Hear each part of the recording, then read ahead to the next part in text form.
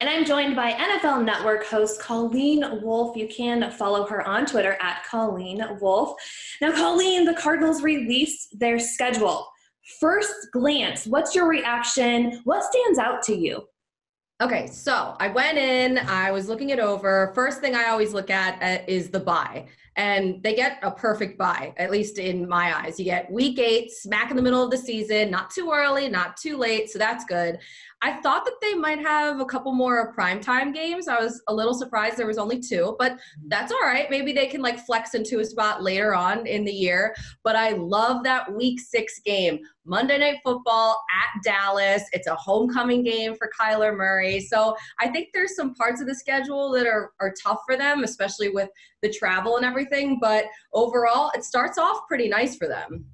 Now, speaking on that travel, they do, up until week 5, they have back-to-back East games, and typically the Cardinals struggle when going east, but when you look at the opponent, like you said, the first few weeks are pretty nice. Right. So depending on how you look at it, I feel like they got a little bit of a break at the beginning of the year, minus the opener, of course, against the 49ers. But I think if you have the Redskins, the Lions, and then, as you mentioned, those back-to-back East Coast games at the Panthers, at the Jets, I think that actually might be good for them because they could potentially stay on the East Coast for those 2 weeks. But it sets them up for what look like 2 pretty tough games there. The primetime one in Dallas, and then they're home for their second division game there against Seattle. So when you look at that, yeah, it's really important for them to kind of get through what appears to be a pretty easy stretch at the beginning of the year. If they could do that, then at least they're set up at that point maybe to use some of that momentum. And I think with a lot of the moves that they made this offseason and with the draft, they have a really good chance to be a much improved team this season.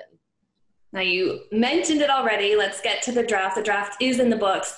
How successful do you think the Cardinals were in addressing their immediate needs? I loved what they did. First of all, I loved Cliff Kingsbury's setup, probably the most GQ setup in the entire league. I mean, what is that modern house he has? It's amazing. But with the draft, Isaiah Simmons, he's one of my favorite rookies. I think I was so excited about him in the draft. I talked to him right before the draft. He is such a Swiss Army knife. You can play him all over the field. And because that defense needed so many different situations to be addressed there, so many positions that needed help, Isaiah Simmons can immediately fill it. I mean, you look at what he did in college. He was playing safety 2 years ago. Then they transitioned him to linebacker in 2018, and he won the Butkus Award for the nation's top linebacker the next year. This guy is such an amazing athlete, not to mention what they did on the offensive line. Josh Jones to come in, help protect Kyler Murray. I love that they are continuing to build everything around Kyler, help him out there with the weapons they brought in. Obviously, that receiver, it's like I almost can't remember his name. I think he's pretty good, DeAndre Hopkins. Do you think that the Cardinals are the next team to take a big step forward like the 49ers were last year?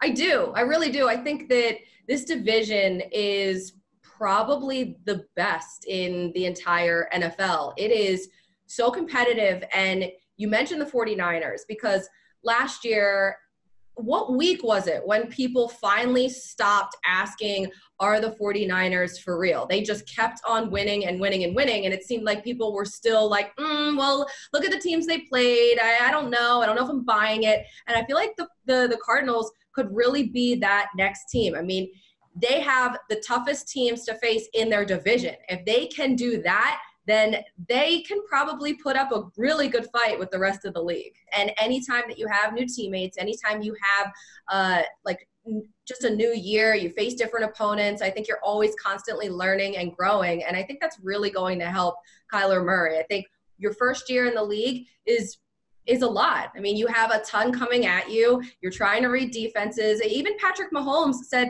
that he really didn't start to learn defenses, and it really didn't start to click for him until some point last year, like mid-year, late year. And so it's very different, I think, for each of the players individually. And I think year 2 for Kyler Murray is going to be a good one.